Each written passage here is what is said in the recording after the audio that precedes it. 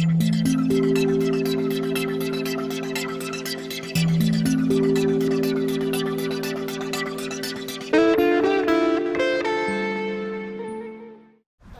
¿qué vas a hacer hoy? Rumbear. Fue una fiesta en la casa del Flaco Flores. ¿Vamos o qué? Esa fiesta fue ayer. ¿Dónde ha acabado? La película, como productor, yo la diría que la música está editada con base en la música va marcando el ritmo de la cinta. ¿Tú lo ves así?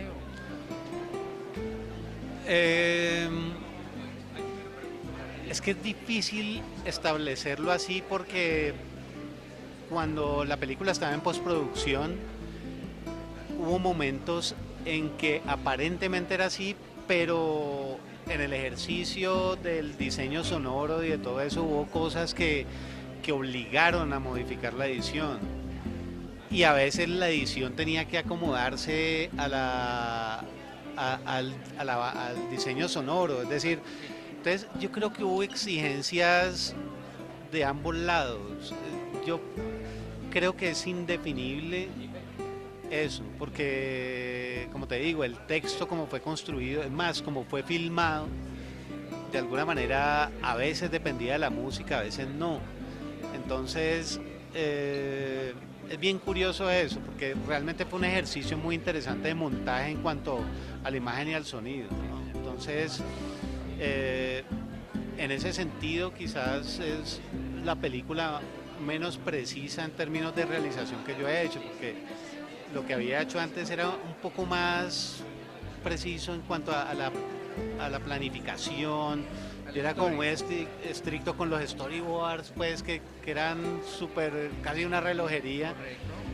Pero acá, de alguna manera, la película brindaba o tenía la estrategia de tener mucha libertad, y yo diría que en casi todos los momentos de haberla hecho, ¿no?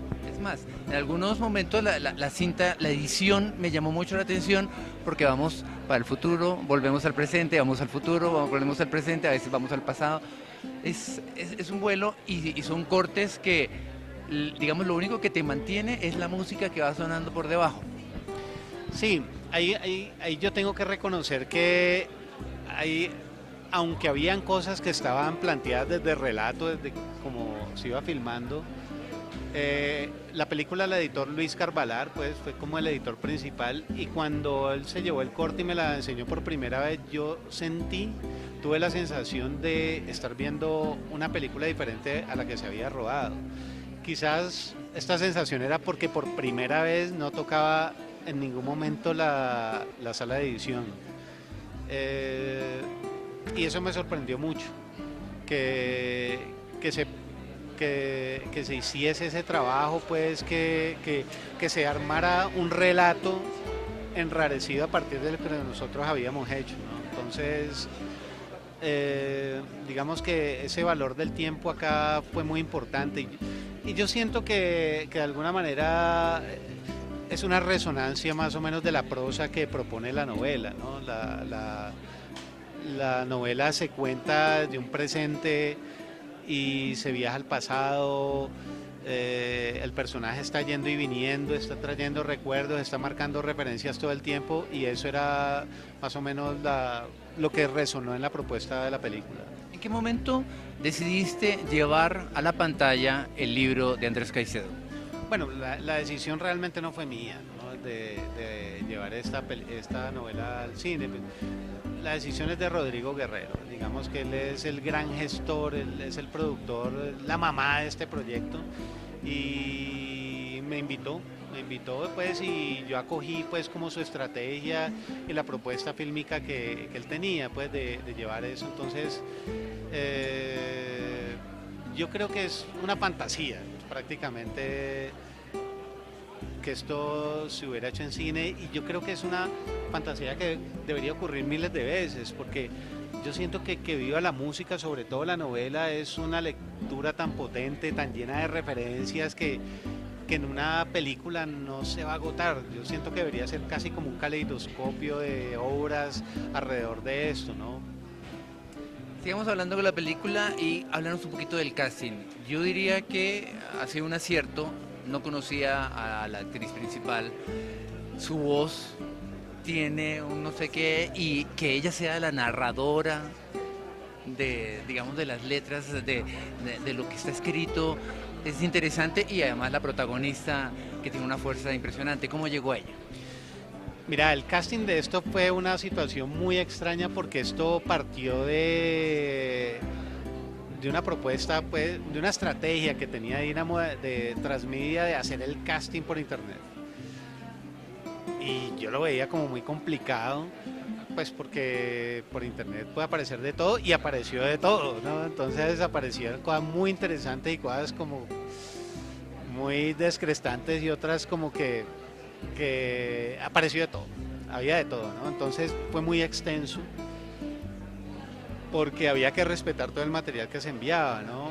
Y pues de todas maneras se hizo un trabajo simultáneo de casting tradicional, y Paulina apareció, yo creo que cuando ya las alarmas estaban en rojo, que no aparecía la chica, no aparecía, y paradójicamente habían actrices que no cumplían pues ni siquiera con la edad del personaje y casi que aseguraban que ellas eran, y mucha gente, ¿no? Entonces cuando Paulina apareció, yo creo que todo fue muy claro que iba a ser ella.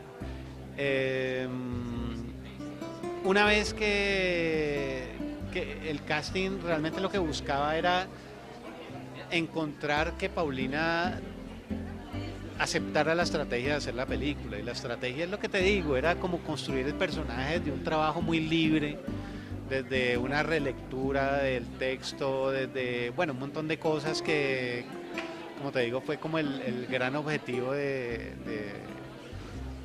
llevar a cabo esta película, ¿no? Desde lo formal. Que has hecho cine y con películas muy importantes, ¿cómo te sentiste en esta producción y cuál fue el reto? Yo creo que el reto sigue vivo, ¿no? El reto que sigue vivo es defender la estrategia con la cual filmamos la película. Yo, curiosamente, este fue el rodaje más armónico que he tenido, es decir, que no tuvo obstáculos grandes, porque siempre los hay, que se cumplió el plan de trabajo tal cual, y yo me sentí un poco raro, la verdad, que yo siempre pensé que iba a ser una película muy difícil de hacer. Y no voy a decir que fue fácil, pues, pero realmente los contratiempos grandes no existieron, y por el contrario, yo sentía que todo el mundo estaba como muy feliz y muy cómodo haciendo, y que estaba asustado era yo, ¿no? Yo creo que en la postproducción fue donde más nos movimos, y en donde más nos tardamos, y en donde los productores tuvieron toda la paciencia del mundo, y donde realmente confiaron mucho en la película. Hablemos un poco de la banda sonora. ¿Ya sabías qué discos iban a ir? Es una banda sonora con muchos derechos de autor diferentes, una música muy especial.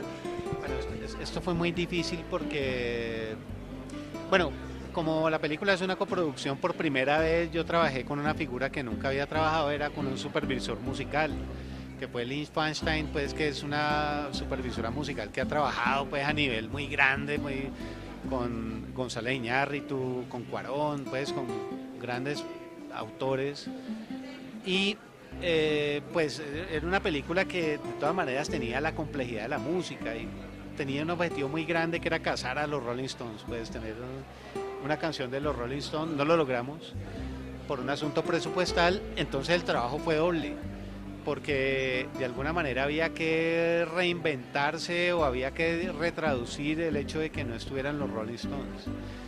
Con Fania todo fue más fácil, y prácticamente que fue mucho más divertido. Y ese trabajo de alguna manera es un trabajo que permanentemente te está haciendo casi como Pepe Grillo, diciéndote al oído cosas que tú no quieres oír, que te está cuestionando todo el tiempo en el sentido musical, pero uno sabe que es enrutado hacia un lugar óptimo, ¿no? Y bueno, yo espero que lo que se destiló de todo un playlist que es casi la novela, pues sea interesante, o que por lo menos mueva la historia. Pero fue muy difícil la consecución de los derechos para cine. Fue difícil porque primero que todo muy costoso, es una parte muy importante del presupuesto de la película.